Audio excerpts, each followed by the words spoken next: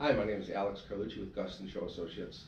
Should you buy a short sale or should you buy a house that's ready to go? Well, there's some things on short sales. Short sales can be good, if because you can get a deal. You can buy a house for 10%, 15% below market value, but it's a stressful mortgage process because you're not actually dealing with the seller. You're dealing with the bank, and the bank is very uncommunicative of how that's going to go, if they're going to approve it. So if you're looking to buy a short sale, I hope you are in a very flexible situation of where you're currently living, because that may or may not go through, and it may look like it's going to happen next week, and it doesn't happen next week. So that's the very first thing you want to look at when it comes to a short sale. Number two, when you're buying a short sale, doesn't happen all the time, but it does. The sellers can trash it the last few weeks of them living there. They don't care.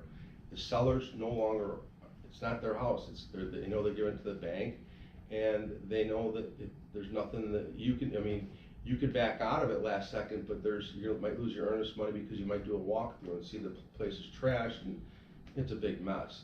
So beware that the sellers aren't really the sellers, and the people living in there, even though that they're really currently the owners, it's the bank's property almost at that point, because basically the people are going to foreclosure. And people going through foreclosure are going through really emotional, stressful times in their lives. So you got to be careful, and hopefully you don't get a mean couple that pulls out the washer and dryer, or has their kids draw on the walls and leaves it there. Silly stuff like that.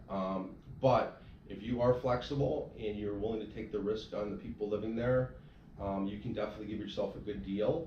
A couple things can go wrong. It's a stressful process, but short sales are a great way to get a good deal for the average buyer with a bank approval, because you want to get a good deal. A lot of good deals are at the foreclosure auction houses, and that requires cash for you to take those houses down. So the average Joe doesn't have 200 grand in their pocket to go to the auctions, raise their hand, and say, I'll take it. I'll bid 210, 220. If you don't have the cash, the second best way is for you to buy a short sale to get a good deal. And sometimes these short sales do need some work, but it's definitely still worth the discount you're going to get for the house. That's my opinion on should you buy a short sale, should you buy a house right away. I mean, obviously, if you buy a house right away, it's ready to move in.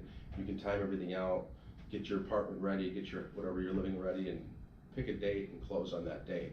So that's the advantage of buying a house that's ready.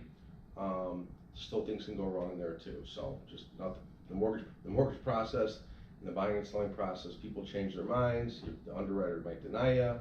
So lots of things can go wrong, either one.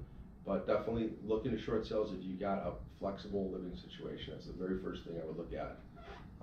And that's my opinion on that. And I hope you like this video. Please share it. If you got any questions, leave the questions below. We'll get back to you. Thank you.